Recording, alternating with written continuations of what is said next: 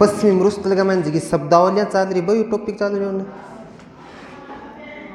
अब देखो सबसे पहले अगर हम बात करें तो एक नाम आता है कौन सा, इंसेलबर्ग।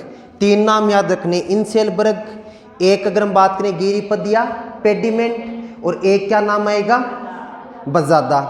अगर हम बात करें मरुस्थल के अंदर पहाड़ी क्षेत्र है या चट्टान है, ठीक है, उसको क्या बोलेंगे, इंसेलबर्ग।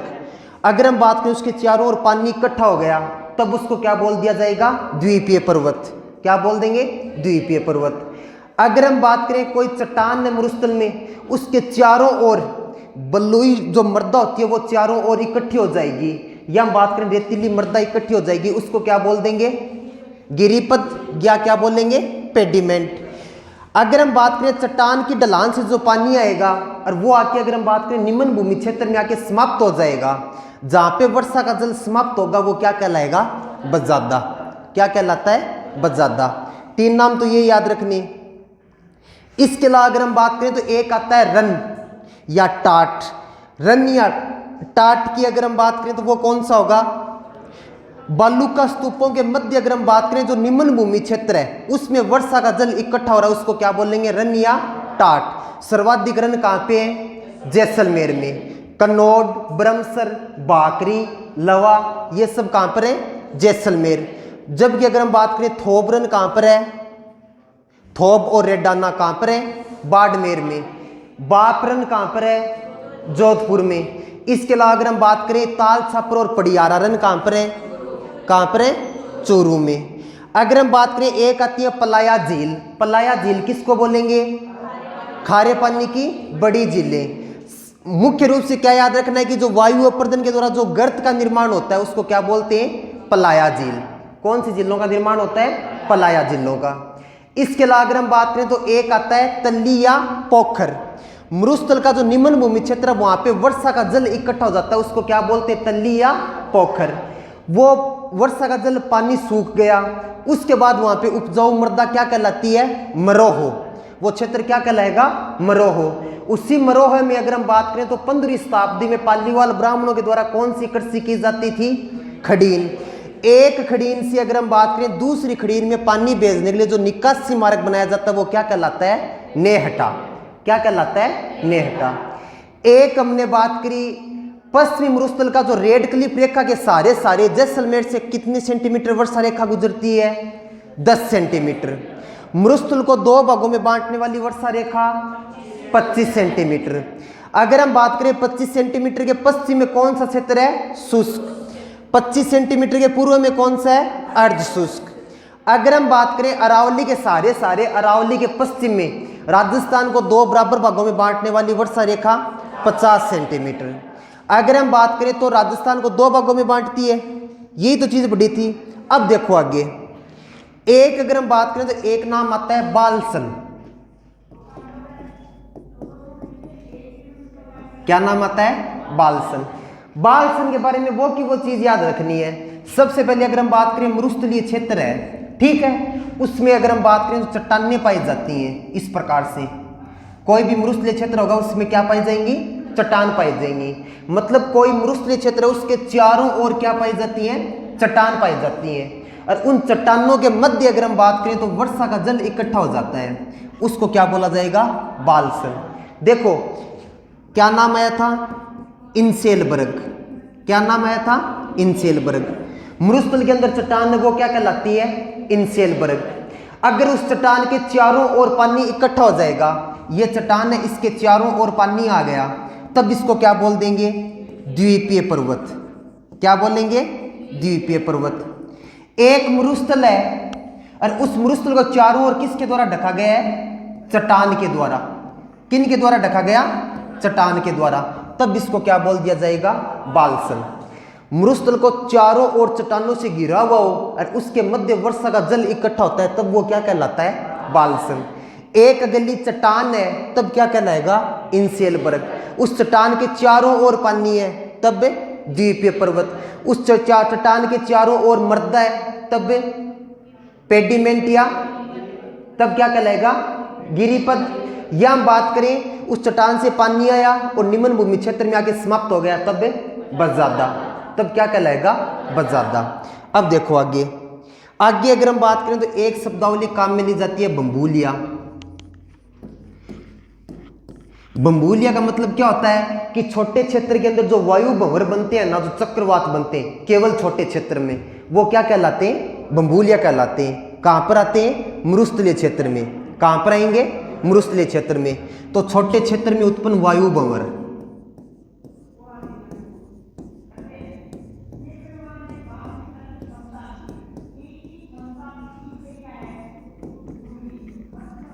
ठीक है, यहां बात करें तो इनको क्या बोलेंगे? चक्रवात। क्या बोला जाएगा? चक्रवात। एक चीज ये याद रखनी है। इसके अलावा अगर हम बात करें तो एक शब्द आता है लघु मरुस्थल। क्या आएगा? लघु मरुस्थल। अब देखो अगर हम बात करें तो पश्चिमी मरुस्थल है ना,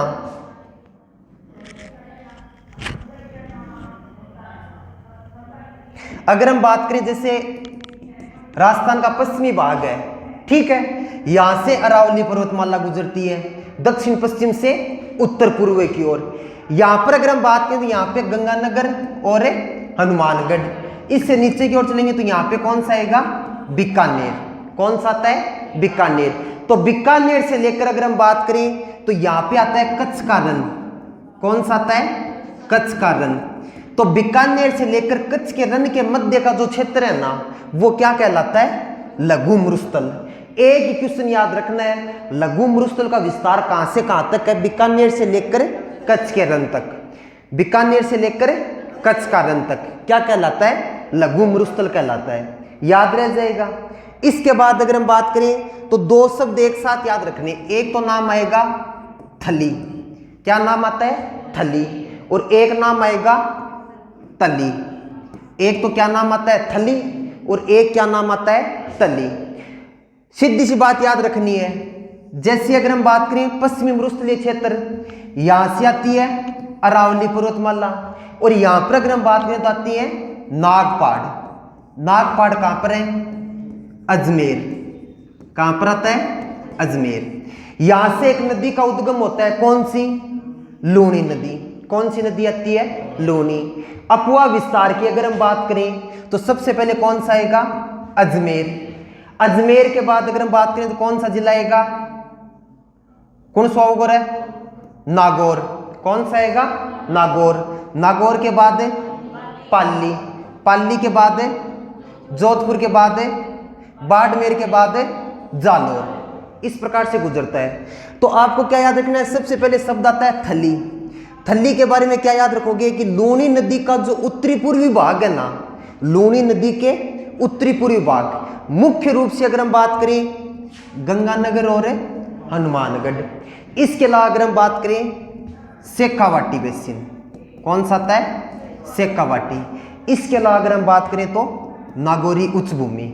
ये जो क्षेत्र है ना, ये जो क्षेत्र है लूणी नदी का उत्तर पूर्वी भाग, लूणी नदी का उत्तरी पूर्वी भाग स्थित है, ठीक है। यह हम बात करें तो मरुस्थल का उत्तरी पूर्वी भाग जो ऊपर उठा हुआ है, जो ऊपर उठा हुआ है वो तो क्या कहलाएगा? थली।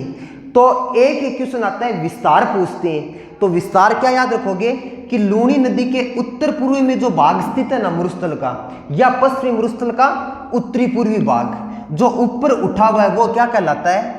थली कहलाता है। ऊपर की ओर उठा हुआ है। जहां पे अगर हम बात करें तो मुख्य रूप से मध्यम और निम्न बालू का स्तूप पाए जाते हैं। मध्यम और निम्न बालू का स्तूप कहां पर पाए जाते हैं? शेखावाटी क्षेत्र में। कहां पर पाए जाते हैं? शेखावाटी क्षेत्र में। यह तो क्या कहलाएगा? थली। क्या कहलाएगा? थली। इसी प्रकार से अगर हम बात करें तो मरुस्थल का दक्षिणी और पश्चिमी भाग, या हम बात करें लूणी नदी का अपुआ क्षेत्र जो नीचा भाग है, मरुस्थल का निम्न भूमि क्षेत्र है ना, वो क्या कहलाता है? तली। तो लूणी नदी, या हम बात करें मरुस्थल का दक्षिणी पश्चिमी भाग, ये तो क्या कहलाएगा? तली। और मरुस्थल का उत्तरी पूर्वी भाग थली। क्या कहलाएगा? थली। तो लूणी नदी का लूणी नदी के उत्तर पूर्व में जो भाग स्थित है वो तो थली, और लूणी नदी के दक्षिण पश्चिम में भाग स्थित है वो क्या कहलाता है? तली। याद रह जाएगा। इसके बाद अगर हम बात करें तो एक चीज और आती है, देखो एक अगर हम बात करें ना तो एक नाम आता है लू। लू की अगर हम बात करें तो स्थानीय गर्म हवा जो शुष्क होती है, मरुस्थल के अंदर चलती है, जो क्या कहलाती है? लू। तो स्थानीय शुष्क गर्म हवा,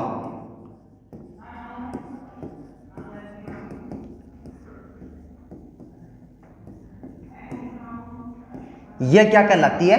लू कहलाती है। एक अगर हम बात करें तो एक नाम आता है दोहरे। क्या शब्दावली आती है? दोहरे। तो अगर हम बात करें ये जो स्थानीय गर्म हवा है ना, इसके द्वारा अगर हम बात करें तो लहरदार स्थलाकृति बनाई जाती है।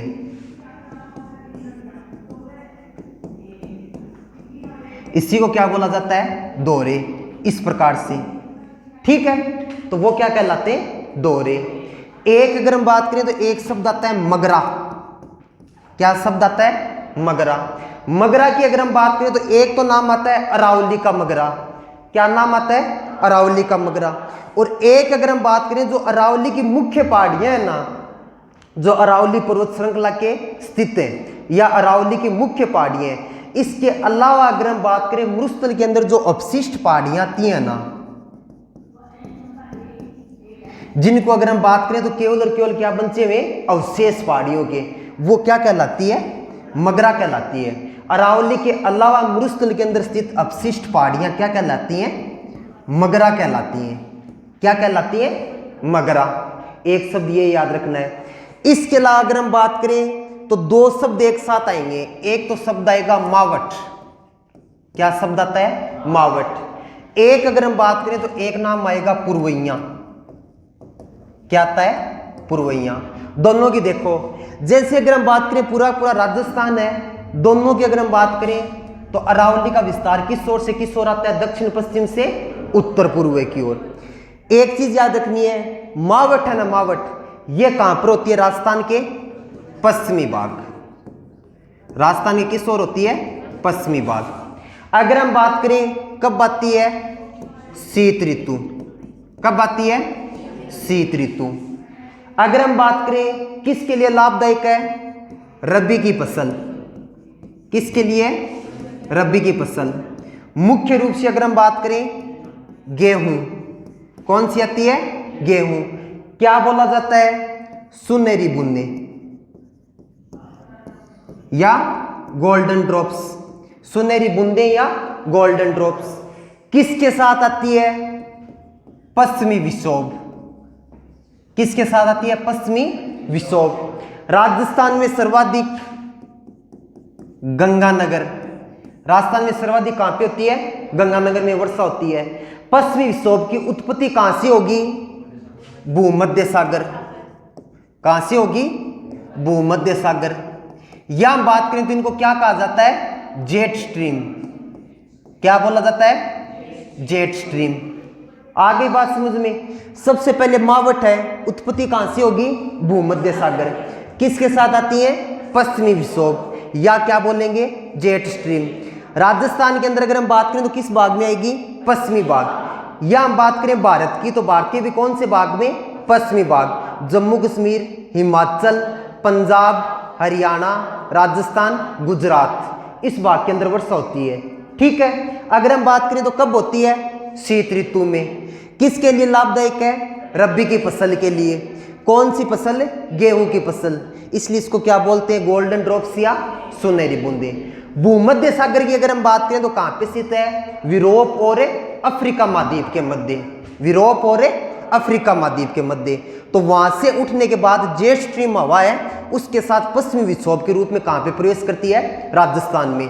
पाकिस्तान और अफगानिस्तान, यहां बात करें अरब का जो मरुस्थल है उसके ऊपर से आती है। ठीक है। अब अगर हम बात करें पुरवैया की, सबसे पहले अगर हम बात करें ग्रीष्मकालीन दक्षिण पश्चिम मानसून।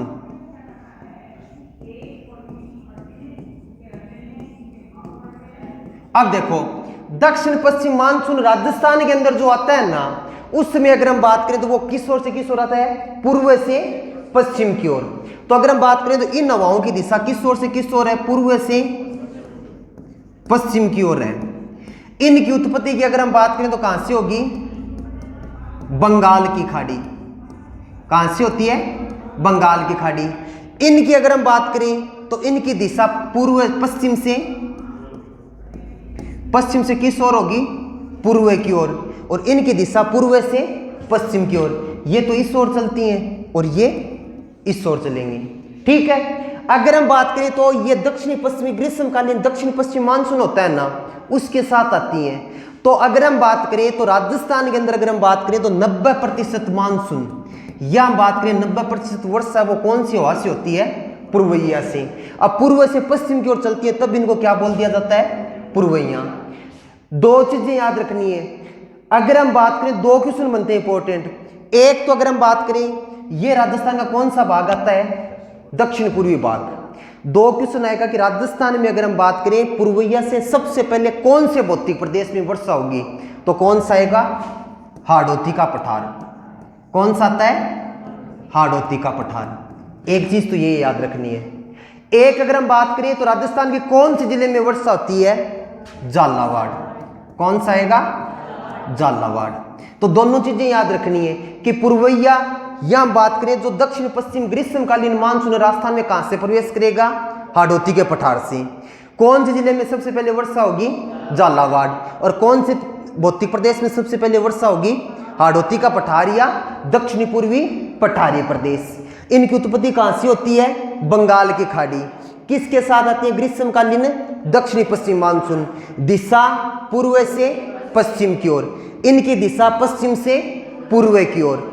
अगर हम बात करें तो एक चीज और याद रखना, एक और क्या याद रखोगे, एक अगर हम बात करें तो राजस्थान के अंदर जो मानसून आता है उसकी 90% वर्षा किससे होती है, पूर्वइया से होती है। एक चीज ये याद रखना। इसके अलावा अगर हम बात करें तो एक चीज साथ में याद रखना कि भारतीय कृषि को क्या कहा जाता है, मानसून का जुआ।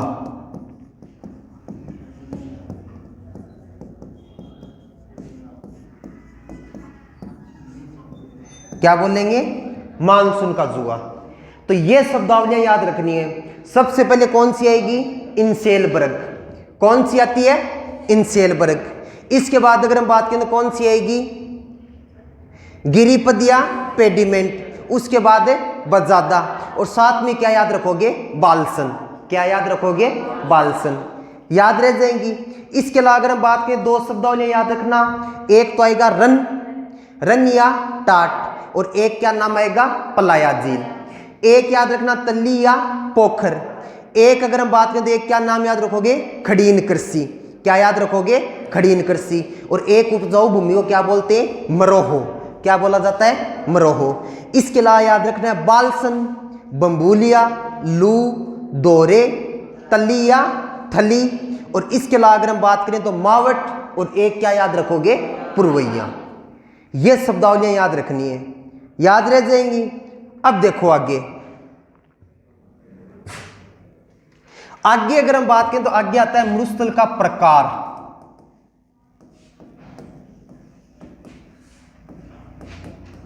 देखो प्रकार की अगर हम बात करें ना, सबसे पहले आपको दो चीजें समझनी है।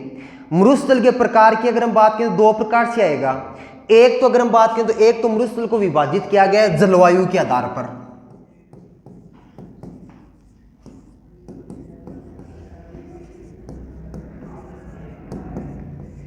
किसके आधार पर विभाजित किया गया है, जलवायु के आधार पर। एक चीज तो ये याद रखनी। एक अगर हम बात करें तो एक किया गया संरचना एवं बनावट के आधार पर।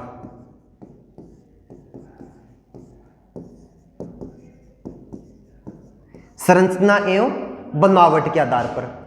सीधी बात याद रखनी है कि संरचना एवं बनावट के आधार पर अगर हम बात करें तो मरुस्थल को तीन भागों में बांटकर पढ़ेंगे। एक तो नाम आएगा हमादा। क्या नाम आता है, हमादा। एक अगर हम बात करें तो एक नाम आएगा रेग। क्या नाम आता है, रेग। एक अगर हम बात करें तो एक नाम आएगा इर्ग। क्या नाम आता है, इर्ग। तो अगर हम बात करें संरचना एवं बनावट के आधार पर मरुस्थल के कितने प्रकार हैं, तीन प्रकार। कितने प्रकार आएंगे, तीन प्रकार आएंगे। एक चीज तो ये याद रखनी है। एक अगर हम बात करें ना तो एक चीज और याद रखनी है, जलवायु के आधार पर अगर हम बात करें तो इसको बांटा गया है कितने भागों में, दो भागों में। कितने भागों में बांटा गया है, दो भागों में। एक अगर हम बात करें तो एक तो नाम आता है शुष्क मरुस्थल। क्या नाम आता है, शुष्क मरुस्थल।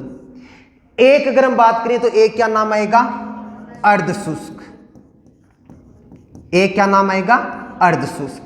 यहां पर अगर हम बात करें वर्षा की मात्रा 0 से 20 या 25 सेंटीमीटर, 0 से 20 या 25 सेंटीमीटर।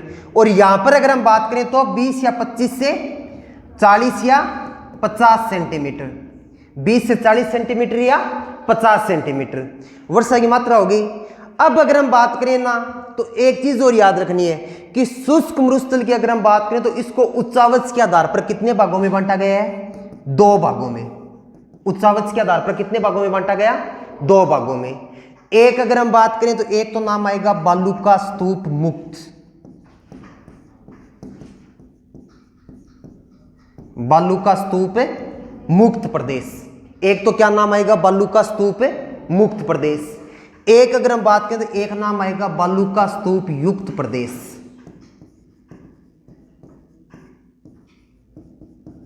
एक क्या नाम आएगा? बालू का स्तूप युक्त प्रदेश। इसी प्रकार से अगर हम बात करें तो जो अर्ध शुष्क भाग है ना, इसको भौगोलिक संरचना के आधार पर, किसके आधार पर? भौगोलिक संरचना के आधार पर अगर हम बात करें तो कितने भागों में बांटा गया है? 4 भागों में। कितने भागों में बांटा गया? 4 भागों में। सबसे पहले अगर हम बात करें तो एक नंबर पर कौन सा आएगा? घग्गर बेसिन। क्या नाम आता है? घग्गर बेसिन। इसके बाद अगर हम बात करें तो कौन सा आएगा? शेखावाटी। कौन सा आएगा? शेखावाटी।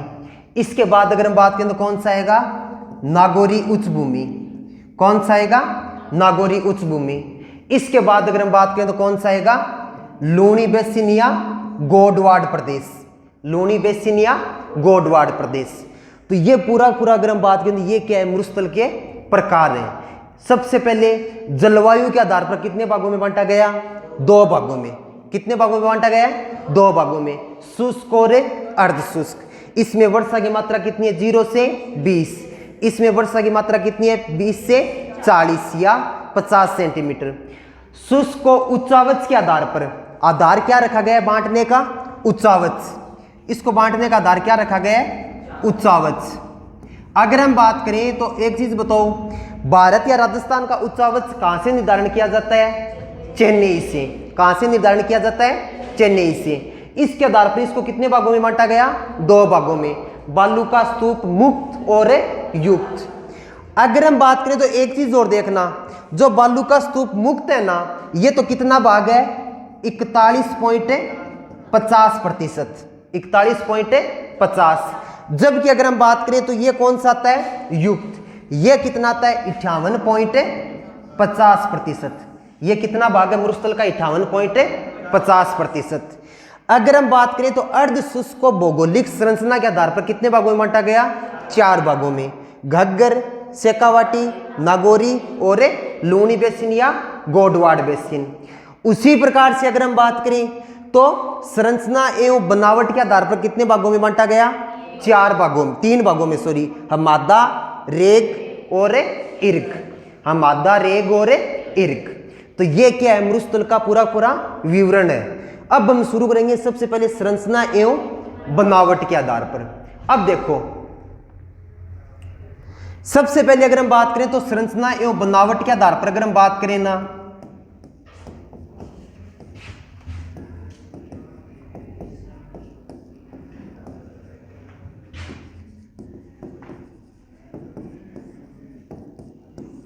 अब देखो सबसे पहले अगर हम बात करें तो एक नंबर पर कौन सा आता है? हमादा। कौन सा आएगा? हमादा। हमादा की अगर हम बात करें ना तो एक ही चीज याद रखनी है, इसको क्या बोला जाता है? पथरीला मरुस्थल। क्या लिखी जी और है? पथरीला मरुस्थल। एक चीज तो ये याद रखनी है, इसको क्या बोलेंगे? पथरीला मरुस्थल। या हम बात करें तो इसके अंदर है, इसको क्या बोलेंगे? चट्टानी मरुस्थल। क्या बोला जाएगा? चट्टानी मरुस्थल। 2 ही चीज याद रखनी है। सबसे पहले अगर हम बात करें तो यहां पे सबसे ज्यादा संभावना किसकी है? सौर ऊर्जा की। किसकी है? सौर ऊर्जा की है। एक चीज याद रखना है, 2002 की अगर हम बात करें तो 2002 में राजस्थान के अंदर एक विभाग बनाया गया था, अक्षय ऊर्जा निगम। किसकी स्थापना की गई थी? अक्षय ऊर्जा निगम की। ठीक है, अगर हम बात करें तो अक्षय ऊर्जा निगम के द्वारा यहां पे सौर ऊर्जा के लिए किसकी स्थापना की गई है? सेज की। किसकी स्थापना की गई है? सेज की। सोलर एनर्जी इंटरप्राइजेज जोन, क्या नाम आएगा? सोलर एनर्जी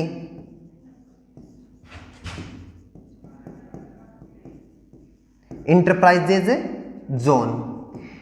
अगर हम बात करें तो गैर परंपरागत स्रोत है, उसके अंदर यहाँ पे सूर्य की सर्वाधिक तापमान की प्राप्ति होती है, इसलिए इससे यहाँ पे किसकी स्थापना की गई है? सेज की स्थापना की गई है। किसने की? अक्षय ऊर्जा निगम ने। अगर हम बात करें तो कि क्या उत्पादन किया जाता है यहाँ पे? सौर ऊर्जा का। एक आता है विस्तार। विस्तार की अगर हम बात करें तो विस्तार इस प्रकार से याद रखना आपको। सबसे पहले अगर हम बात करें तो यहाँ पे आएगा पोखरण जैसलमेर।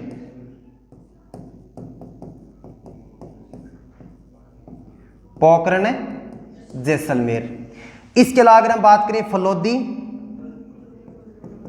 फलोदी कौन सा आएगा? जोधपुर। और एक अगर हम बात करें तो बाड़मेर का कौन सा क्षेत्र आएगा? बालोतरा। बालोतरा कहां के आएगा? इनके मध्य किसका विस्तार है? हमादा का। मुख्य रूप से अगर हम बात करें तो इसको हमादा क्यों कहते हैं? क्योंकि इस प्रकार का जो मरुस्थल है ना, ये जो मरुस्थल है, इसी प्रकार का मरुस्थल कहां पे पाया जाता है? अफ्रीका में सहारा के मरुस्थल में, सहारा के रेगिस्तान में। वहां पे पथरीले मरुस्थल को क्या बोला जाता है? हमादा। तो राजस्थान के अंदर भी पथरीले मरुस्थल को क्या नाम दिया गया है? हमादा। मुख्य रूप से अगर हम बात करें चट्टानी या पथरीला मरुस्थल क्या कहलाता है? हमादा। क्या कहलाता है? हमादा। अगर हम बात करें विस्तार कहां पे? पोखरण, फलोदी और बालोतरा। बालोतरा, पोखरण और फलोदी, इनके मध्य। यहां पर अगर हम बात करें तो किस अक्षय ऊर्जा निगम के द्वारा किसकी स्थापना की गई है? सेज की, जो किसका उत्पादन करता है? सौर ऊर्जा का। किसका उत्पादन करेगा? सौर ऊर्जा का। एक चीज तो ये याद रखनी है। इसके अलावा अगर हम बात करें तो 2 नंबर पर कौन सा आता है? रेग। क्या नाम आएगा? रेग। मुख्य रूप से अगर हम बात करें तो क्या बोलेंगे? मिश्रित मरुस्थल। क्या बोला जाएगा? मिश्रित मरुस्थल। कैसे? कि पथरीला और रेतीला, पथरीला प्लस रेतीला मरुस्थल। अगर हम बात करें तो एक ही चीज याद रखनी है, हमादा के चारों ओर अगर हम बात करें तो कौन से मरुस्थल का विस्तार है?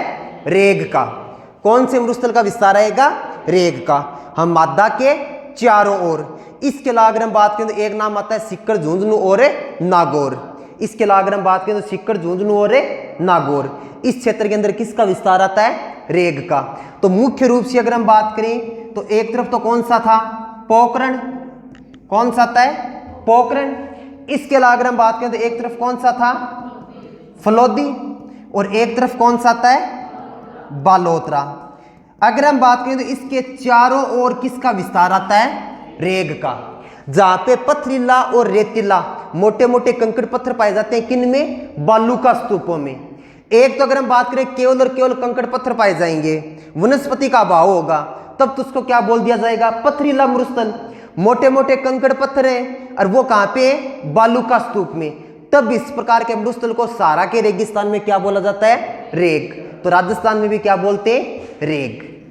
आगे बात समझ में। इसके अलावा अगर हम बात करें तो संरचना और बनावट के आधार पर एक और कौन सा शब्द आता है? ईर्क। कौन सा आता है? ईर्क। इसकी अगर हम बात करें तो ये अगर हम बात करें तो यहां पे केवल रेत ही रेत पाई जाती है। ठीक है, या हम बात करें जिसको महान मरुस्थल बोला जाता है ना, क्या बोला जाता है? महान मरुस्थल। जिसकी अगर हम बात करें तो रेड क्लिफ रेखा के सारे रेड क्लिफ रेखा के, जैसे अगर हम बात करें तो यहां पे ये जो भाग है ना, ये भाग है, यहां पे कौन सा भाग पाया जाता है? ईर्क। कौन सा भाग है? ईर्क। तो अगर हम बात करें तो एक तो यहां पर हो गया। इसके अलावा अगर हम बात करें तो बीकानेर का क्षेत्र हो गया। कौन सा क्षेत्र हो गया? बीकानेर। इसके अलावा अगर हम बात करें तो शेखावाटी क्षेत्र। कौन सा आता है? शेखावाटी क्षेत्र। यहां पर अगर हम बात करें तो मुख्य रूप से कौन सा है? ईर्क। तो संरचना एवं बनावट के आधार पर अगर हम बात करें मरुस्थल को कितने भागों में बांटा गया? 3 भागों में। सबसे पहले अगर हम बात करें पथरीला मरुस्थल कौन सा होगा? हमादा, जहाँ पे केवल और केवल कंकड़ पत्थर पाए जाते हैं या चट्टानी मरुस्थल होता है, वहां पे अगर हम बात करें तो किसकी स्थापना की गई है? सेज की। किसके द्वारा? अक्षय ऊर्जा निगम। अक्षय ऊर्जा निगम की स्थापना कब हुई थी? 2002 में। कब हुई थी? 2002 में। इसके अलावा अगर हम बात करें तो एक चीज और याद रखनी है। एक अगर हम बात करें तो सीधा क्वेश्चन पूछते हैं कि मादा के अंदर सर्वाधिक किसके उत्पादन की संभावना है? सौर ऊर्जा की, क्योंकि अगर हम बात करें तो वहां पे सर्वाधिक तापमान की प्राप्ति होती है। इसके अलावा अगर हम बात करें पथरीला और रेतीला मरुस्थल क्या कहलाता है? रेग। क्या कहलाएगा? रेग। और केवल महान मरुस्थल हम बात करें जहां पे सर्वाधिक बालू का स्तूप पाए जाते हैं, उसको क्या बोल देंगे? इर्ग। क्या बोलेंगे? इर्ग। तीनों बात समझ में आ गई। बी के बाद में देखो आगे। इसके बाद अगर हम बात करें तो आगे आता है जलवायु के आधार पर। जलवायु के आधार पर अगर हम बात करें मरुस्थल को कितने भागों में बांटा गया? 2 भागों में, शुष्क और अर्ध शुष्क। शुष्क की अगर हम बात करें तो उच्चावच के आधार पर कितने भागों में? 2 भागों में। बालू का स्तूप युक्त और मुक्त। युक्त कितना प्रतिशत है? 58.50। और मुक्त कितना आएगा? 41.50। अर्ध शुष्क की अगर हम बात करें तो संरचना, भौगोलिक संरचना के आधार पर कितने भागों में? 4 भागों में। सबसे पहले कौन सा आएगा? घग्गर बेसिन। कौन सा आएगा? घग्गर बेसिन। उसके बाद कौन सा आएगा?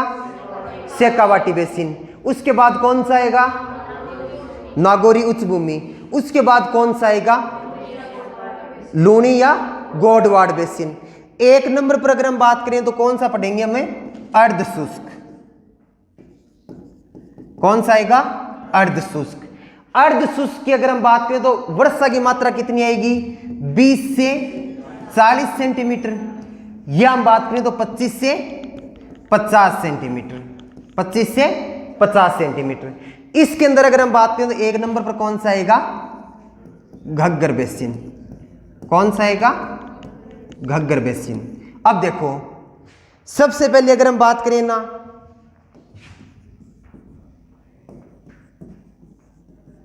जैसे अगर हम बात करें हो गया। अब देखो यहां पर अगर हम बात करें तो ये तो हो गई अरावली पर्वतमाला, मान के चले तो। इसके बाद अगर हम बात करें तो ये तो हो गया आंतरिक प्रवाह बेसिन का भाग। कौन सा? शेखावाटी। कौन सा आता है? शेखावाटी। इसके बाद अगर हम बात करें ये बीच में जो भाग है ना, ये कौन सा आ गया? नागौरी उच्च भूमि। कौन सा आ गया?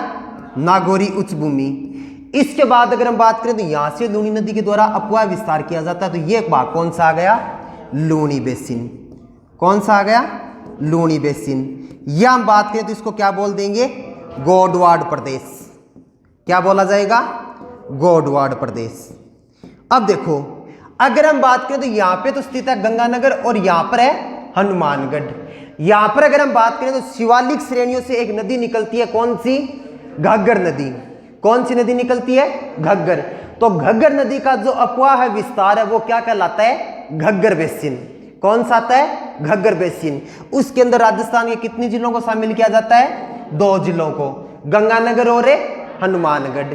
गंगानगर और हनुमानगढ़। सबसे पहले अगर हम बात करें तो एक ही चीज समझनी है। अगर हम बात करें तो यहां से नदी आती है और इस प्रकार से चली जाती है। राजस्थान के अंदर प्रवेश कहां से करेगी? टिब्बी हनुमानगढ़। टिब्बी हनुमानगढ़। एक चीज तो ये याद रखनी है।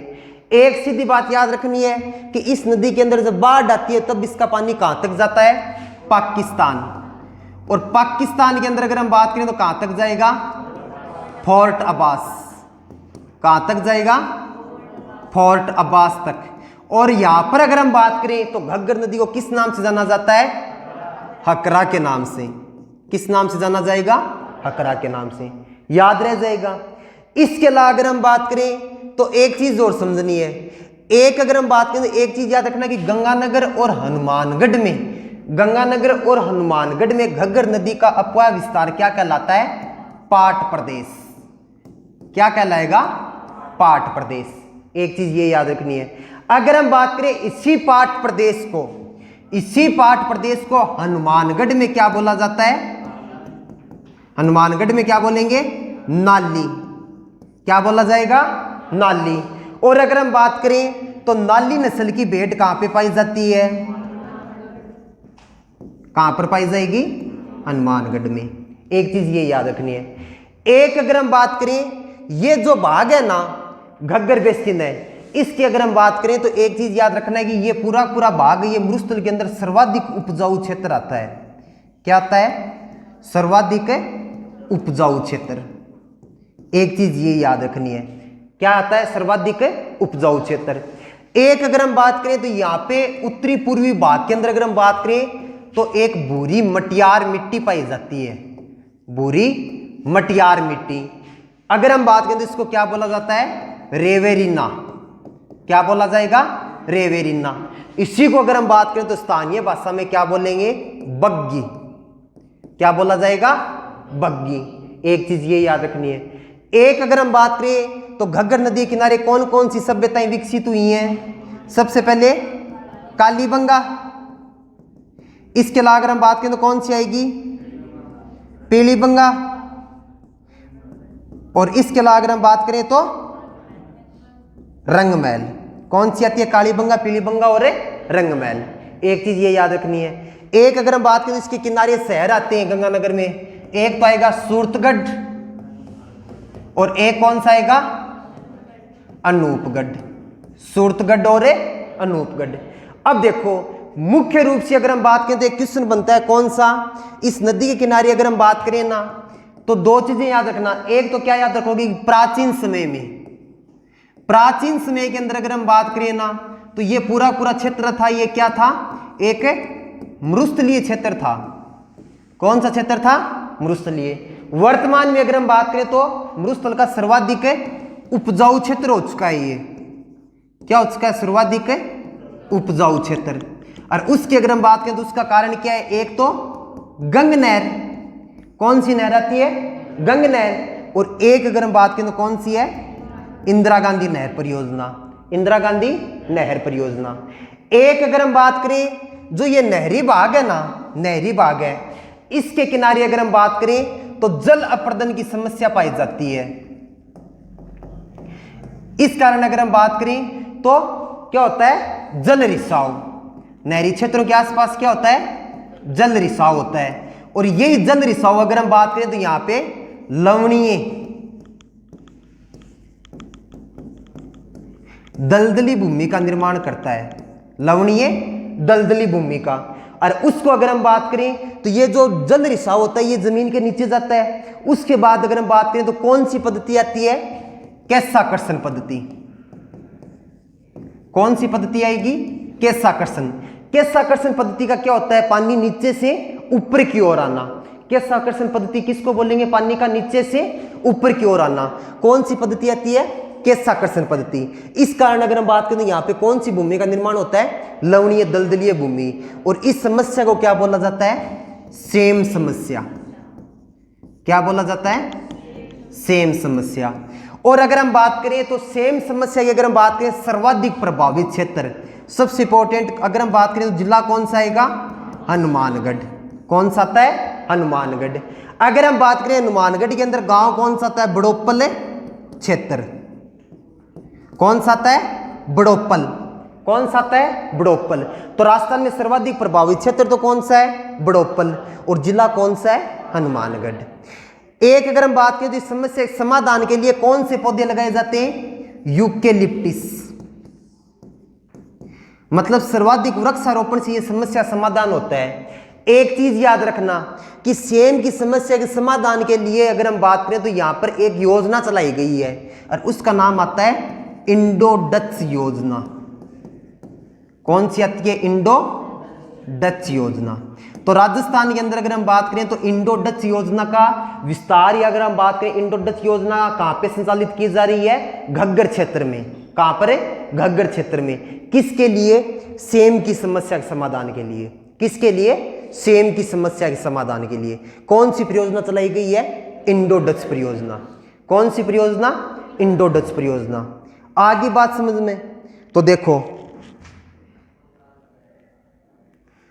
क्यों अब क्या दिक्कत होगी तेरे। सबसे पहले देखो बालसन। अगर हम बात करें कोई मरुस्थलीय भाग है वो चट्टानों से घिरा हुआ है, उसके मध्य वर्षा का जल एकत्रित हो रहा है, तब इसको क्या बोलेंगे? बालसन। क्या बोला जाएगा? बालसन। एक चीज याद रखना, या हम बात करें मरुस्थल में जो चट्टान होती है उसको क्या बोला जाता है? इनसेल बर्ग। उस चट्टान के चारों ओर पानी है, तब क्या बोलेंगे? द्वीपीय पर्वत। क्या बोलेंगे? द्वीपीय पर्वत। एक चीज याद रखना, अगर हम बात करें कोई चट्टान है, उस चट्टान के चारों ओर बलुआ रेत पाई जाती है, तब इसको क्या बोलेंगे? गिरिपद या पेडिमेंट। अगर हम बात करें चट्टान से पानी आया और निम्न भूमि क्षेत्र में समाप्त हो गया, तब इसको क्या बोलेंगे? बजादा। क्या बोला जाएगा? बजादा। उसके बाद अगर हम बात करें तो आगे आता है बम्बूलिया। छोटे क्षेत्र में उत्पन्न वायु भंवर या चक्रवात क्या कहलाते हैं? बम्बूलिया। कहाँ पे? मरुस्थलीय क्षेत्र में। कहाँ पर? मरुस्थलीय क्षेत्र में। और आपने कहा बम्बूलिया का मैंने क्यों है? भूतनी। अब देखो, एक अगर हम बात करें बीकानेर से लेकर कच्छ का रन, बीकानेर से लेकर कच्छ के रन तक का जो मरुस्थलीय भाग है उसको क्या बोला जाता है? लघु मरुस्थल। क्या बोला जाएगा? लघु मरुस्थल।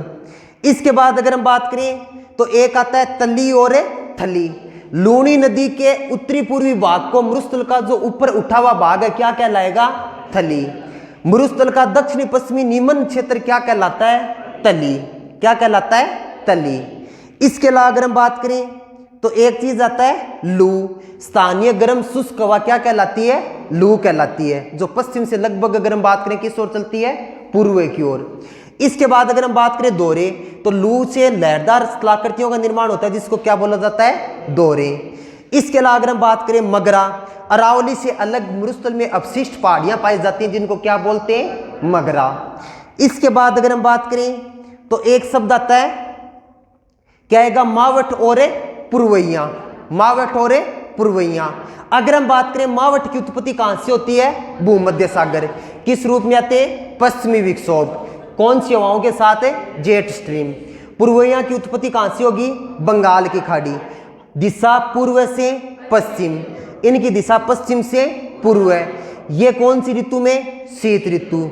ये कौन से मानसून के साथ है? ग्रीष्मकालीन है दक्षिणी पश्चिमी मानसून। ग्रीष्मकालीन है दक्षिणी पश्चिमी मानसून। राजस्थान के अंदर ये कहां से प्रवेश करेगी? हाड़ौती का पठार। राजस्थान में जो वर्षा होती है 90% कौन से मानसून से होती है? दक्षिणी ग्रीष्मकालीन है दक्षिण पश्चिम मानसून। अगर हम बात करें जिला कौन सा आएगा? झालावाड़। इसके अलावा अगर हम बात करें तो भारतीय कृषि को क्या कहा जाता है? मानसून का जुआ। इसी प्रकार से याद रखना है, ये कौन सी ऋतु में? शीत ऋतु में। अगर हम बात करें दिशा पश्चिम से पूर्व की ओर। राजस्थान में सर्वाधिक मावट है गंगानगर में।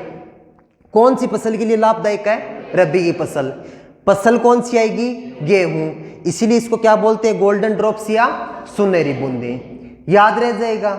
इसके बाद अगर हम बात करें तो एक आते हैं मरुस्थल के प्रकार। एक तो अगर हम बात करें संरचनाओं बनावट के आधार पर, और एक आएगा जलवायु के आधार पर। संरचना एवं बनावट के आधार पर हमादा, रेग और इर्ग। अगर हम बात करें चट्टानी या पथरीला मरुस्थल, हमादा। मिश्रित मरुस्थल, रेग। इसके अलावा अगर हम बात करें महान मरुस्थल, इर्ग। याद रह जाएगा।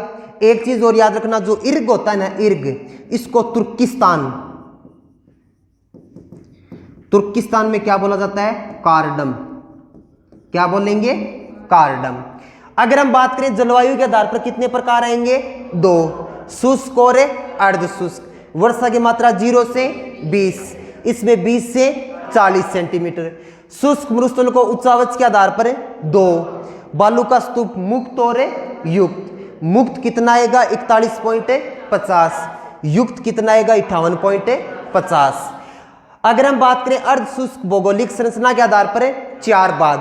सबसे पहले घग्गर बेसिन, उसके बाद शेखावाटी, उसके बाद नागौरी उच्च भूमि, उसके बाद लूणी बेसिन।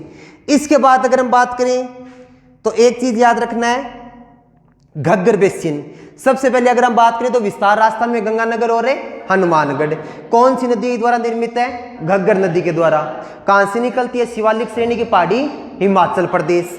इसके बाद अगर हम बात करें राजस्थान में प्रवेश से टिब्बी, हनुमानगढ़। कौन कौन से जिले हैं? गंगानगर और हनुमानगढ़। इसके किनारे कौन से शहर हैं? सूरतगढ़ और अनूपगढ़। बाढ़ के समय पानी कहां तक जाएगा? पाकिस्तान के फोर्ट अब्बास, वहां पे इसको किस नाम से जानेंगे? हकरा के नाम से। अगर हम बात करें तो एक चीज याद रखना, इसका अपवा विस्तार क्या कहलाता है? पाट प्रदेश। इसी पाट प्रदेश को हनुमानगढ़ में क्या बोलेंगे? नाली। और नाली नस्ल की भेड़ भी कहाँ पे पाई जाती है? हनुमानगढ़ में। इसके किनारे कौन कौन सी सभ्यताएं हैं? रंगमहल, पीली बंगा और काली बंगा। याद रह जाएगा, ठीक है। तो लिखो, इन कर दे, बंद कर दे। और गुरजन मोबाइल दिया, आराम करिए।